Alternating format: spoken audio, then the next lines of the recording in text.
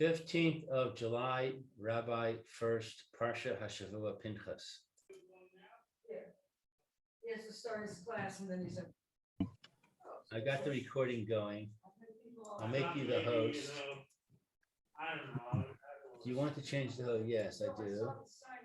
Okay, you're the host now. So All right. you can just let people in, hopefully. Yeah. Okay, very good. All right, so you're gonna have to the doctor. Okay. Hashavua Shalom. Okay. Thank you very much. And All right, okay, it's lucky.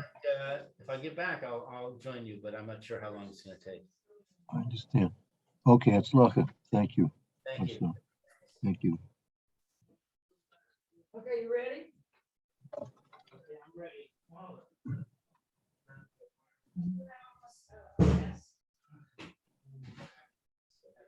Probably when the sign said the word mask, I know it's old, but.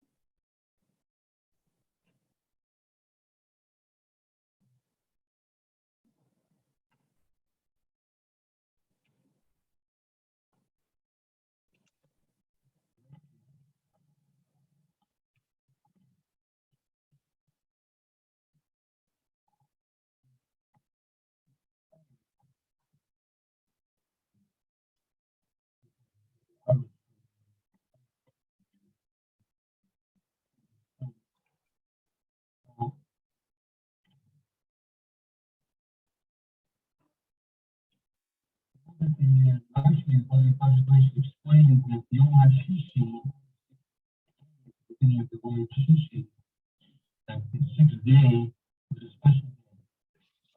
Explains why, because the whole arrangement of the universe, the creation of the universe, was held in a being until the day the Torah would be public. All associated accepted Torah and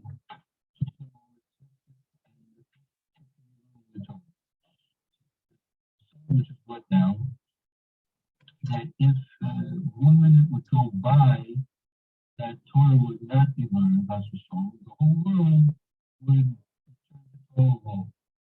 I would be a focus, whether it's just referring to the heart, possibly there, possibly refers to the art in the Torah, the Shemayim, not necessarily so, but the art is certainly Torah, is chaos and stuff. And the rest of these worlds, the Shemayim, questionable whether or not that would also refer to Torah, we have no existence whatsoever. So Chaim wasn't explained because this is the doctrine now that if the Torah would not be learned, right, not only would the world and earth turn to Torah world, but also the Shemayim and everything, all the worlds of Ruchnius as well. There would be absolutely no existence without the learning of Torah, the training of Torah in Klal Yisrael. Explains what the pshat is, therefore the brachas of Torah, when we say a person is related to the Torah, so we say Kaddish Baruch was not the chai, the world, the life of the world was implanted within us. We'll say this towards the end of the davening, that the Koyach, explains here, the Koyach, that the world, the universe, the whole arrangement of everything that exists, all physical existence, is implanted with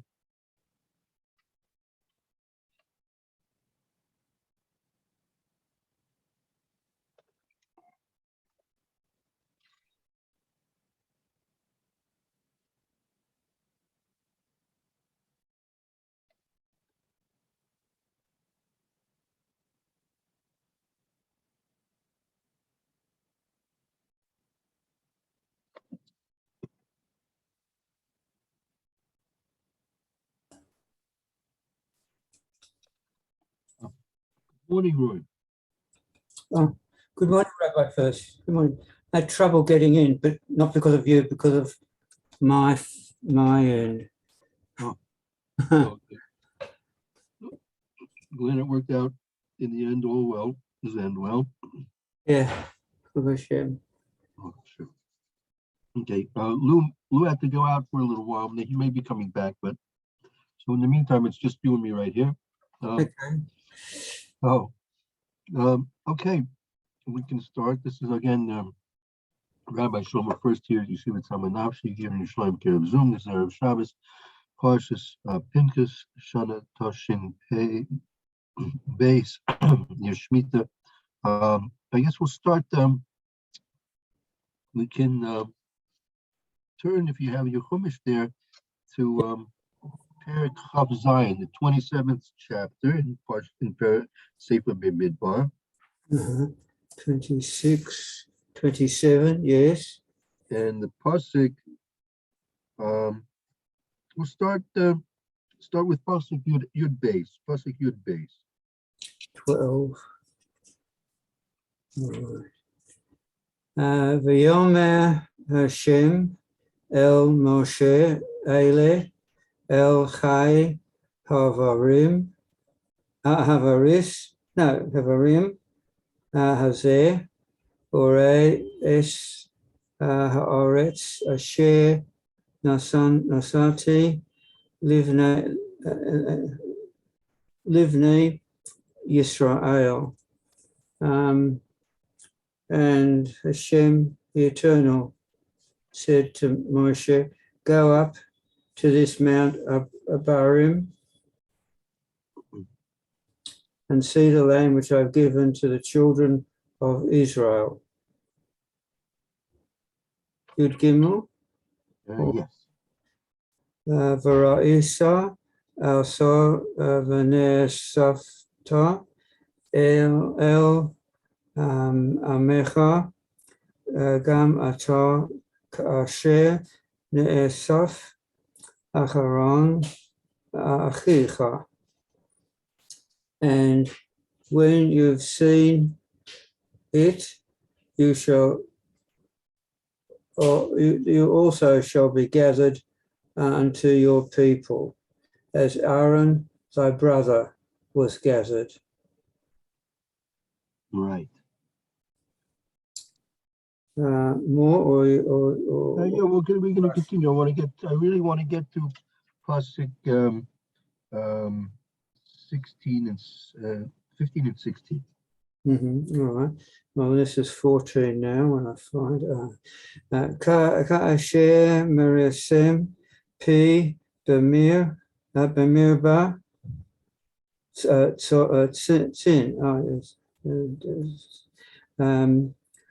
Bimarivas Haida Lachakadishani Bamayim La'anahem Haim Marivas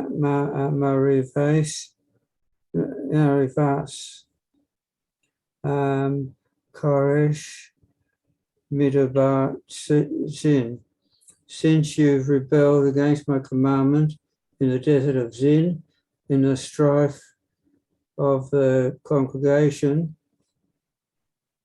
to sanctify me with water before their eyes, that is the waters of Meribah in Kadesh, in the desert of Zin, and Tesvav, Ve'edaber Moshe el Hashem lemor. And Moshe spoke unto the Eternal, saying, Yipkod ad Hashem Elohai Haruchos V'chol Basor Ish al Ha'eda, saying, let the Eternal, the God, the spirits of all flesh, set a man over the congregation. Okay, very good. Well, actually, it's one more phrase. Sorry. Go ahead. Asher Yotze Lifneihem Vaya Asher Yavo Lifneihem. What? Yeah. Oh, I don't know if I should I've read that or not. Okay, if you read it, continue if you want. All right then.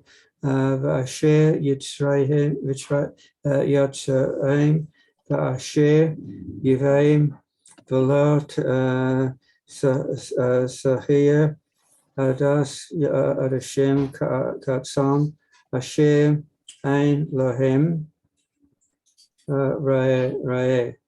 To set that the eternal God of the spirits of all flesh set a man over the congregation, who may go out before them, and who may come in before them, and who may lead them out, and who may bring them in, that the congregation of the eternal be not as a flock which have no shepherd. Oh, very good. Okay, that's good. That's good. Actually good that you read that. Okay. So what do we see here? We see that Kadosh Baruch Hu has given Moshe one of his final commands, that he's to prepare himself to leave this world. And so upon hearing that, Moshe Rabbeinu asked from Kadosh Baruch Hu that there should be another leader. Right? There should be someone else to lead, because the Klal Yisrael shouldn't be like a flock without a shepherd, right? Mm-hmm. So we're going to see. So Hashem, in fact, will tell Moshe Rabbeinu exactly what to do. Maybe we'll get to those psukim later as well. But so that was the point that Rashi is going to mention now. Take a look at the Rashi in Pasuk 15, Tesvav. V'diber Moshe el Hashem. Now this is Moshe Rabbeinu's response to the notice that he has limited time in this world now. Okay. 15 of the Daled Tetvov. V'diber Moshe el Hashem. So the Havdiya Shavachan Shel Tzadikim Kashal Niftarim Min Ha'alim Ha'alam Menachem Terachen V'asakin V'tzarchei Tzavur. Seaboard. Yeah. I'll read first or I'll leave it there. Let's start there and let's read the Rashi and then let's think about it a bit. All right. So the translation is, and Moshe spoke to the Lord and let the Lord set a man over the congregation. Rashi says, this statement serves to show forth the praise of the righteous. When they are about to depart from the world, they abandon all thought of their own affairs and occupy themselves with the affairs of the community, says Sifrei. With Lemah saying, literally, it is to say, that is, God should say or answer him. Says the Rashi here. He said to him. Right. So the he said to him must be Moshe said to Hashem, answer me whether thou wilt appoint a leader for them or not.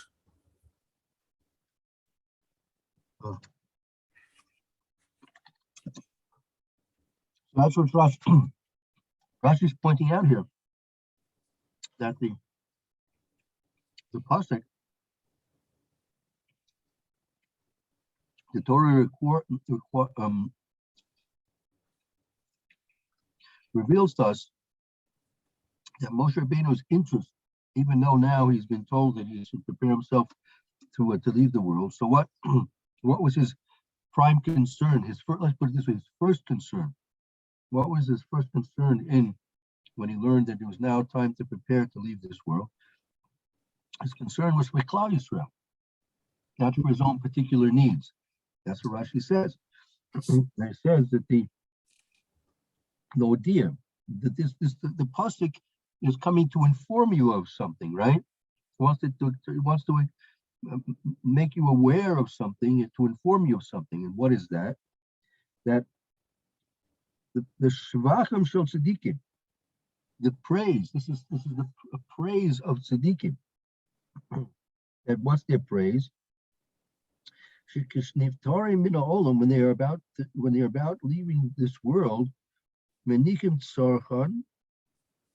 they put aside their own needs, when they devote themselves to the needs of the tzibur. Mm-hmm.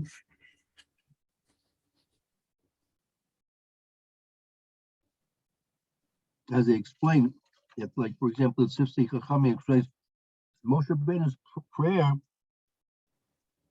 was not a prayer for himself. He prayed for the behalf of Klal Yisrael.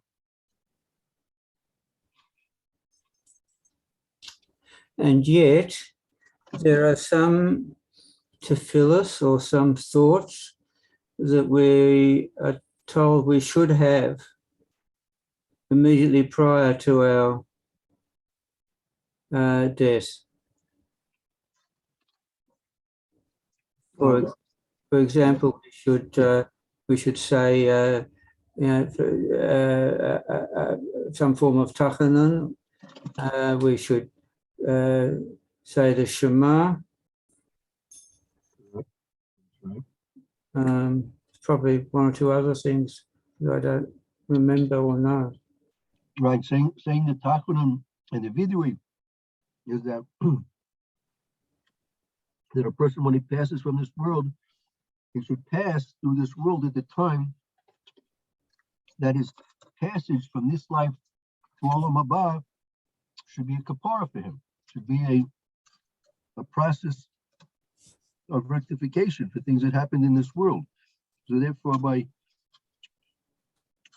saying vidui, tachanun of sorts, before a person leaves this world, he is he's making use of the opportunity that his passage from this world shouldn't be without an effect of having an atonement and a kapara for him. And secondly, what you mentioned about the Kriya Shema, correctly, the Kriya Shema is that we're makabel olmot b'shamayim. That's what we're saying. Again? So the Shema, saying of the Shema, is we're being makabel olmot b'shamayim, that we're accepting we're accepting the decree of HaKadosh Baruch Hu that we have to leave this world, as acknowledgement of the truth and the righteousness of HaKadosh Baruch Hu, and we're accepting it, and we're proving our acceptance by saying the Shema Yisrael, that everything that HaKadosh Baruch Hu does is for our benefit throughout our life, and even the last moments of our life. Mm-hmm.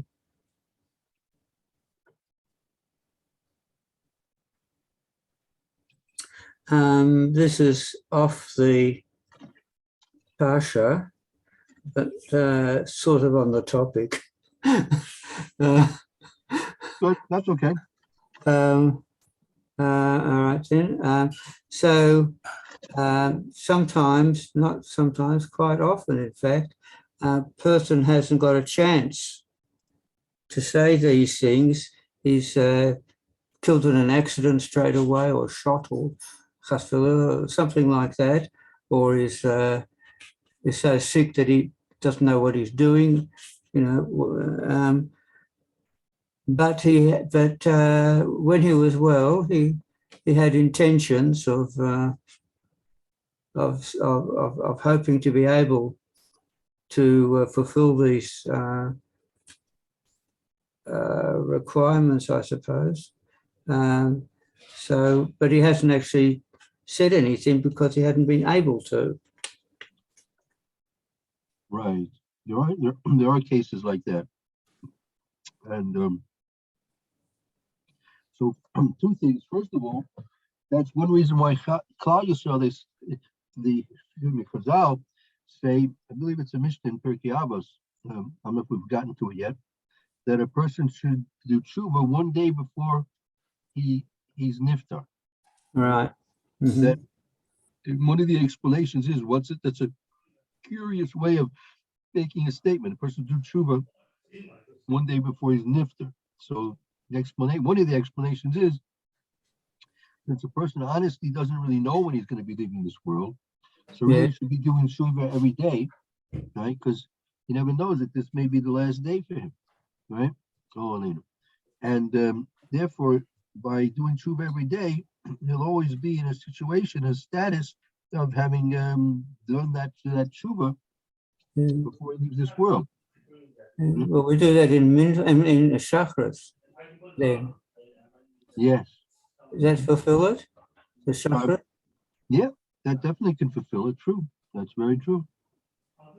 Rabbeinu Yonah, in his Sefer Shari Tshuva, he actually specifies that before a person sits down to a meal, if you assume that you're having 3 meals in a regular weekday, or maybe 2 meals in a regular weekday, or whatever, it could even be a snack, whatever, that he should take a minute or two before he eats his meal or a snack even, and he should do tshuva he should look back at the time. Let's say he's going to have lunch today at 12:30. So he should look back at the time between, let's say, the time he did tshuva in Shachris. He should look back and see if there's anything he can do tshuva for, anything occurred, right, that he could possibly do tshuva for. And that way, he's always in a constant state of doing tshuva 2 or 3 times a day. When it comes to Ma'ariv, right, he'll do tshuva. Or when he eats dinner, he'll do tshuva. And then again, as we know, before person goes to sleep, he'll do tshuva, right? So a person's really in a constant state of tshuva, which is really the best situation. Person shouldn't allow him to get a backlog of all kinds of things to do tshuva. And it comes once a year during Elul and Rosh Hashanah and Furst tshuva and Yom Kippur. He's doing a frantic tshuva then. No, but if he's doing tshuva on a constant, regular basis, day in and day out, then he's constantly, it's like if a person wants to keep a lawn, let's say he has a nice green lawn in front of his house, he wants to keep it tidy, so he'll cut the grass on a regular basis, not leave it for once every 6 months. It becomes overgrown and full of weeds. So so likewise, person wants to keep his spiritual life tidy as well. He'll do tshuva on a constant, regular basis. That's what Rabbeinu Yonah suggests. Every time a person is going to sit down to a meal, he should look back at the time that transpired between his previous meal and now, and I think there's anything specific he can do tshuva for. Very, very good advice from Rabbeinu Yonah. Right, so we see. Good to see you back, Lou. Thank you. Yeah, it went well. He has a fungus infection, and we got to get a prescription for him. My wife is going to the pharmacy. Okay, very good. When the prescription comes, I'll have to excuse myself to help him put it on. Okay, should have a full shlema Be'ez Hashem. Amen. Thank you. We're here in the Parshas Pinhas. If you want to look at the Chumash, in chapter Chav Zayin.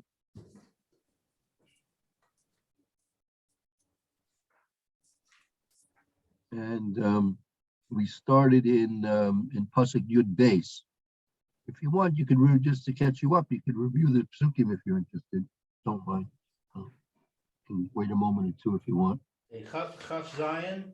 Chav Zayin, Chav Zayin, and Pasuk Yud Beis.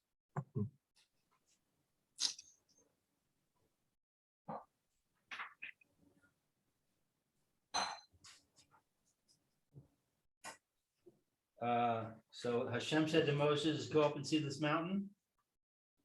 Right. Okay. All right, I'm with you. Okay. I should point out, I just want to do a check on that. This Lashon V'yidaber Moshe El Hashem Lemor, right?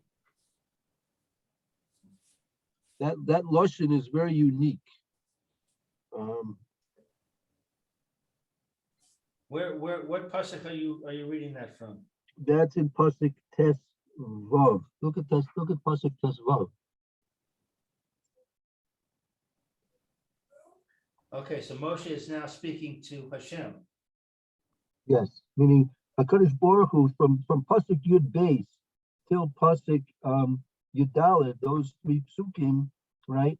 HaKadosh Baruch Hu is now informing, as we mentioned to Roy, HaKadosh Baruch Hu is now informing Moshe Rabbeinu that his time in this life is limited, right? He needs to prepare himself from his passage from this life to the next life, Right. and which is obviously something that Moshe Rabbeinu would be, anybody getting such news would be certainly, I'm sure, he was shaken in many different ways. But nevertheless, if you look at the Pasuk Tezvav, and we just did the Rashi, the first part of the Rashi there. Take a look at the Pasuk and look at the Rashi there. What he says there. What's the point over here? That the Pasuk's telling us. Rashi tells us all about it. He put aside his own concerns because he immediately says, I need a successor. Right. So instead of saying something about himself, he's worried about the Klal Yisrael. right, you're worried about Klal Yisrael, and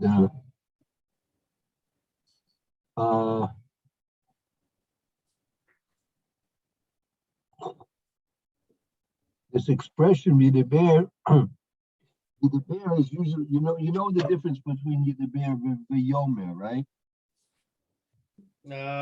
Not really.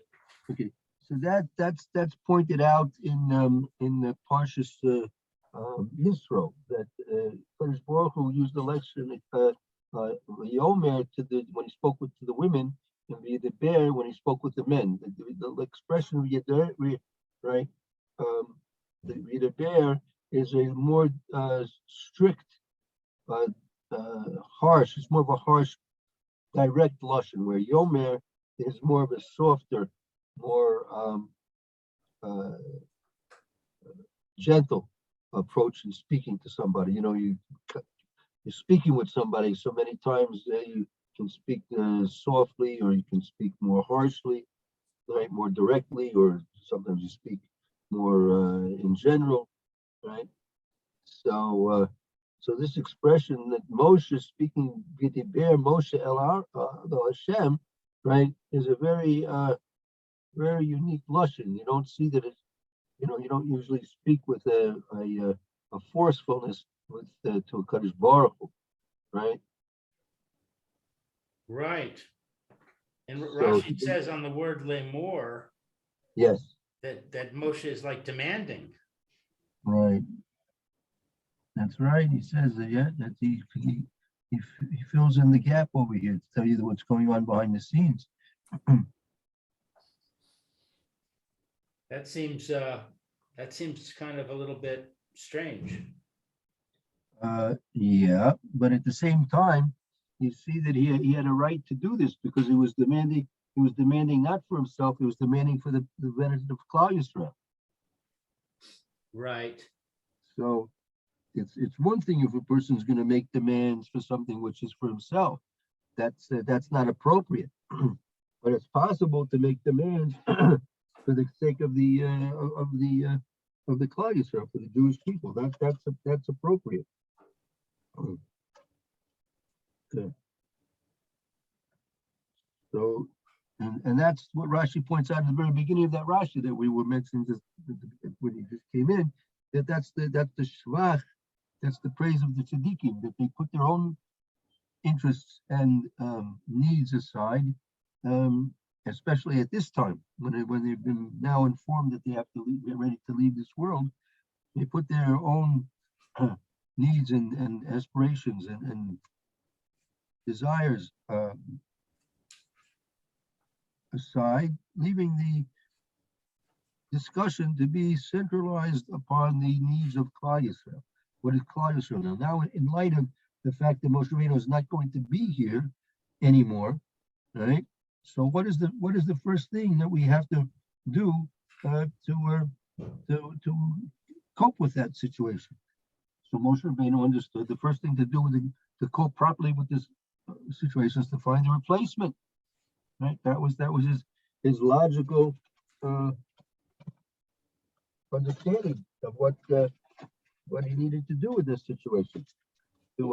When does he ask for himself? That could be in Parshas Vayeschanan. Vayeschanan, that's where that's all the prayers, the many prayers Moshe Rabbeinu made on behalf of himself, that he would be able to enter Eretz Yisrael, even maybe not permanently, but even just even maybe momentarily to enter Eretz Yisrael. So that's in Parshas Vayeschanan. If you take a look at I think it's the Rashi there in Parshas Vayeschanan. He explains that Vayeschanan is the gematria of, I think, 100 and let me take a look.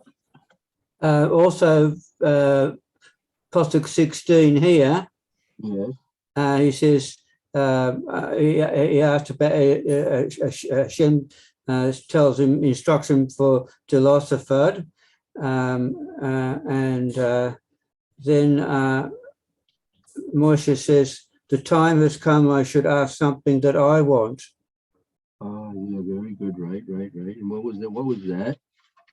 But it's not really for him. Not he says that my sons should inherit my high position. Right. It wasn't going to be. Hashem said, it hasn't entered my mind. Joshua deserves it. Right.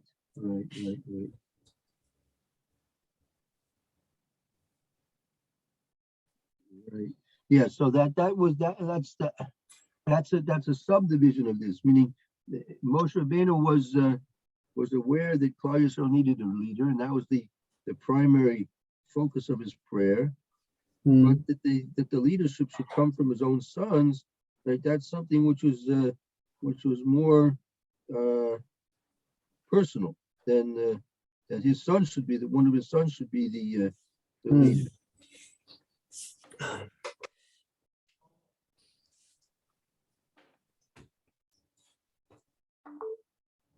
Right, so that only came later. Now, and we can discuss that actually. That let's see. So good. We can move on to the next. See the next. What's the pshat in the next pasuk? See the Rashi's there. It says, right. Yipakat Hashem, right? This is still the request of Moshe Rabbeinu, correct? Yipakat Hashem. Right.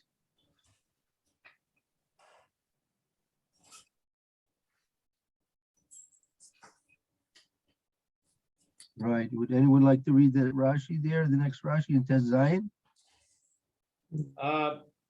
Okay, I'll read. Yifkod Hashem, may Hashem appoint. Kevan she Shama Moshe. Since Moshe heard Shamar Lo Hamakom, that the Omnipresent said to him, Tain Nacha Las Te Lafchad Live No Sav. Give the daughters of Salafchad's give to Salafchad's daughters their inheritance. Amar, he said, Higia Sha'a, the time has come, She Esba to Rachai, that I should claim what I need. she yirshu v'nei es gedulasi, that my children should inherit the position.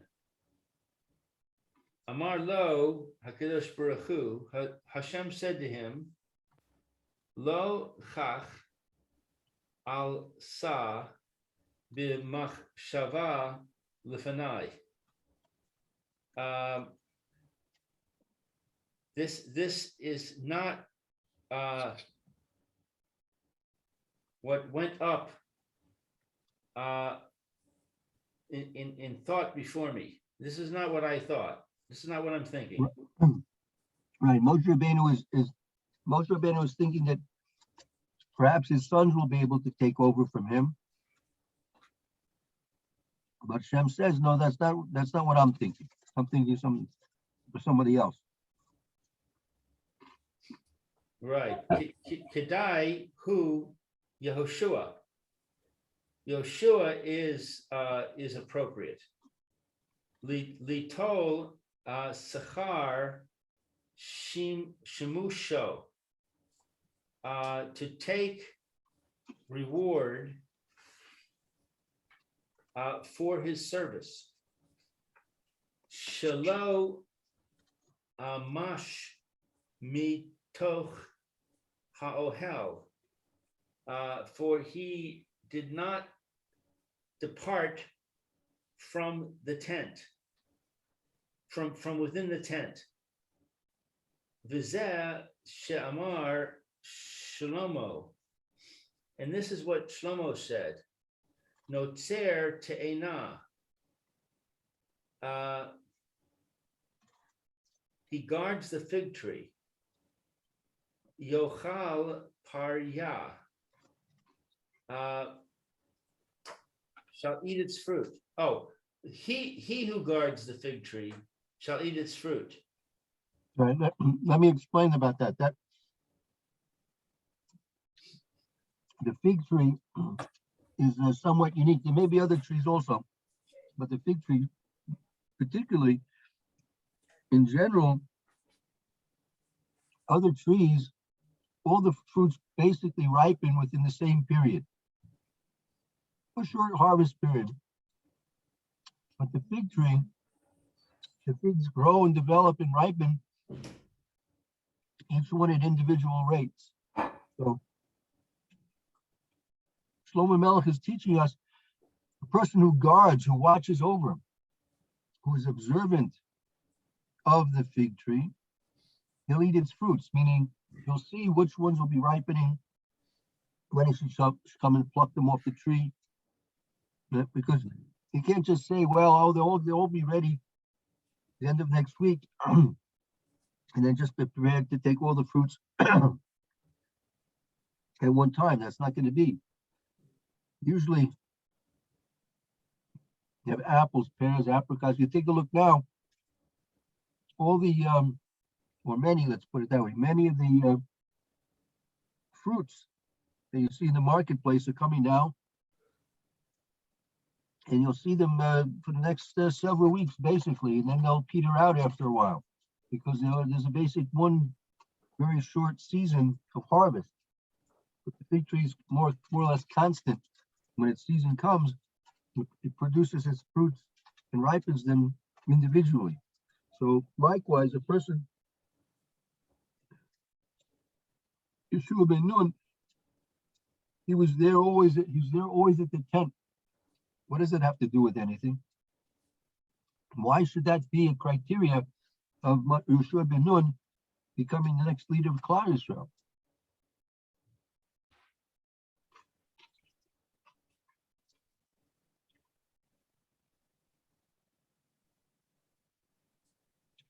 Meaning, HaKadosh Baruch Hu said to Moshe, the one most apt and fit to replace you is Yeshua. And the reason being that he was no Mush Ma'oyel. He was always there with Moshe in the oil. He never left Moshe Rabbeinu, meaning whatever there was that he could perhaps learn from Moshe Rabbeinu, Yeshua was there to try and learn it as soon and as quickly as possible. Mhm.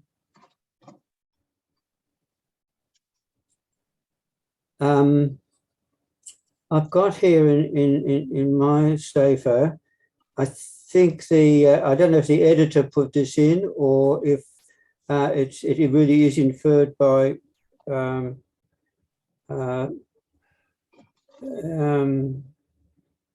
Rashi.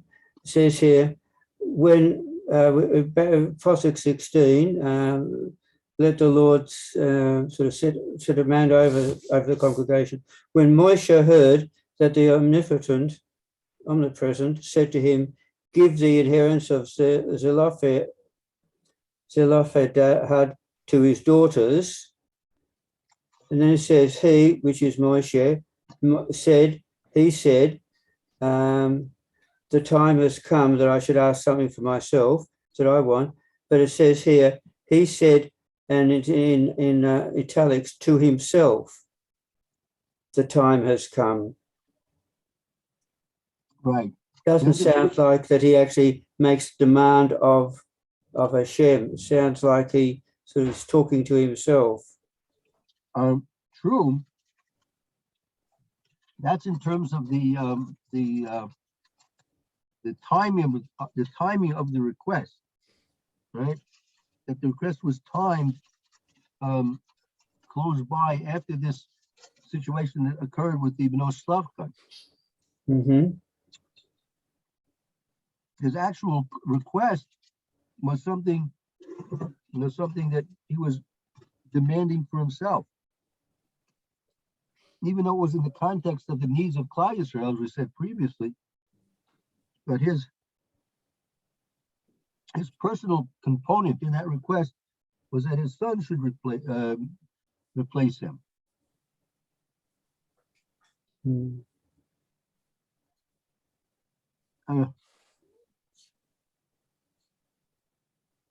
I'm trying to understand a little bit deeper.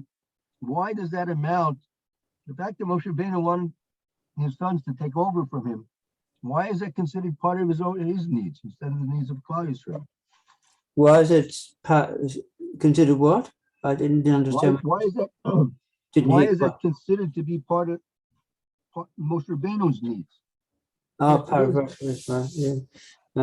Yeah.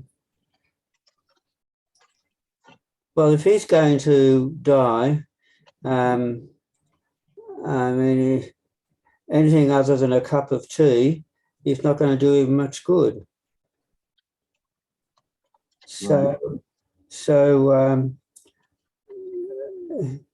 he wants to be able to know when he gets to Olam Haba that he's done what he can for Klal Yisrael, and he's not going to have regrets, and he's not going to have regrets for his family. Right. So that's why he's that's why he's hoping to that his children, that his sons would get his high position, so he can sort of look back and say, I've done what I possibly can in every regard. I haven't been remiss in my obligations to other people, to the community, and even to myself and to Hashem. At least he asks. Yep, I understand. Obviously, if Moshe Rabbeinu fought and was asking that Hashem should consider his sons candidates for his replacement, Moshe Rabbeinu obviously felt they were qualified for the job, correct? Yes. I mean, Lou, would you think that Moshe Rabbeinu would ever nominate a candidate to replace him if he didn't think that person was properly fit for the job? Well, I mean, he is biased. Right, but still,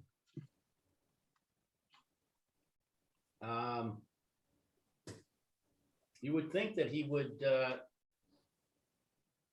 or I would think that he would have done tried to do a thorough analysis. And Moshe Rabbeinu was someone who was not subject very strongly to bias. So you would think that they were qualified, yes. So is that why it would put, why one of the reasons it would have put down here to himself?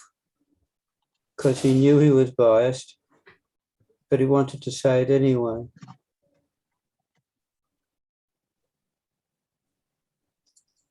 He said to himself, yeah. time has come, I should ask for something that I want,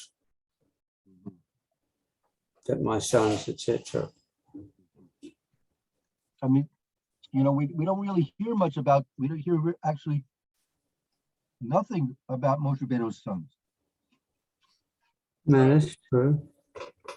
Hmm. Right, and it would, I mean, I heard a lecture once by Yeah, what? by a rabbi that said that one of the lessons that we learn is that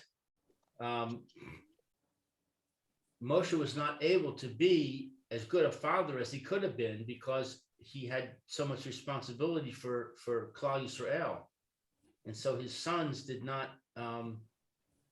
excel to the extent that they could have.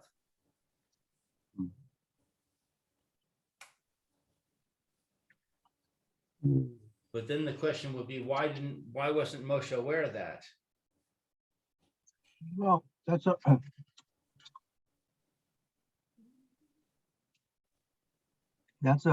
that's a difficult point to make because we don't have any proof that they didn't excel. Right? Well, And then that, isn't this the proof? The fact that Hashem said no? well,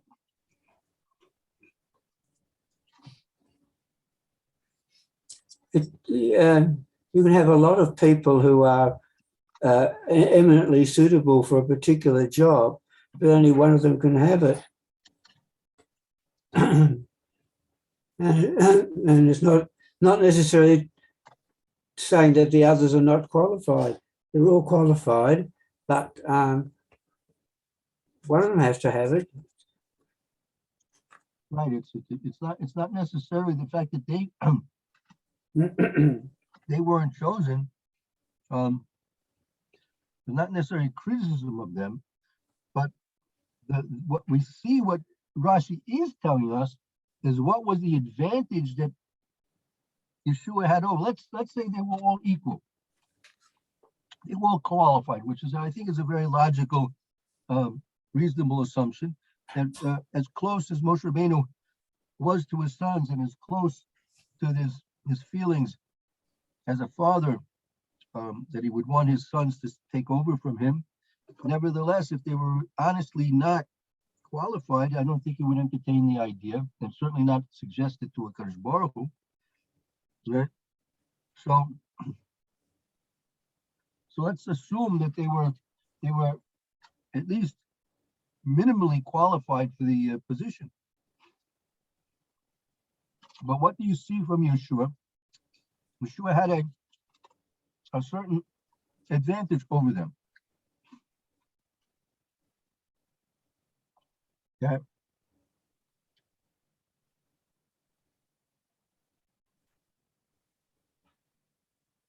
Kedai, he says, Rashi says, a guy, right?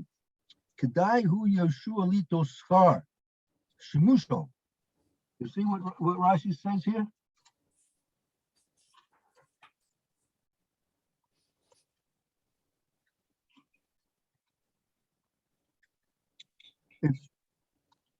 It's worthy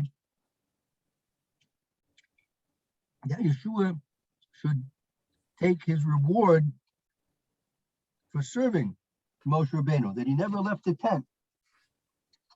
That was the advantage that Yeshua had. Hmm. And is getting the reward for that by being the replacement.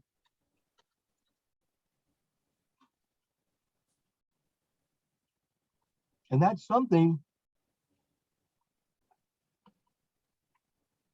that I think we can safely say that Yeshua excelled more than the sons of Moshe Rabbeinu, meaning I'm sure the sons of Moshe Rabbeinu, being his sons, they had free access to Moshe Rabbeinu anytime they wanted.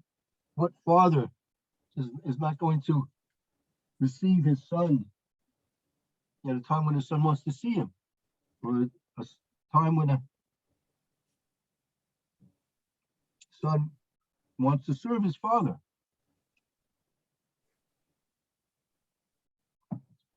But Yeshua apparently excelled in this more than the sons of Moshe Rabbeinu.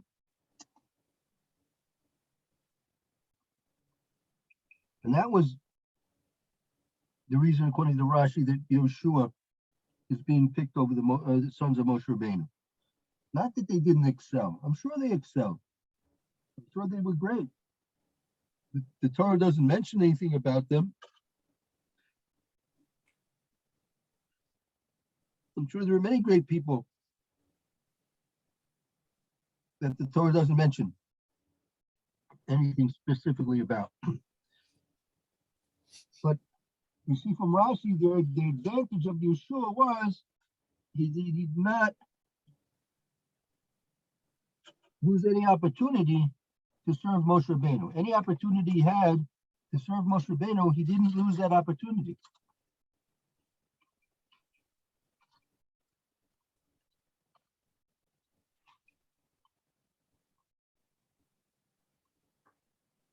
So can we say the same about the sons of Moshe Rabbeinu? I'm not sure.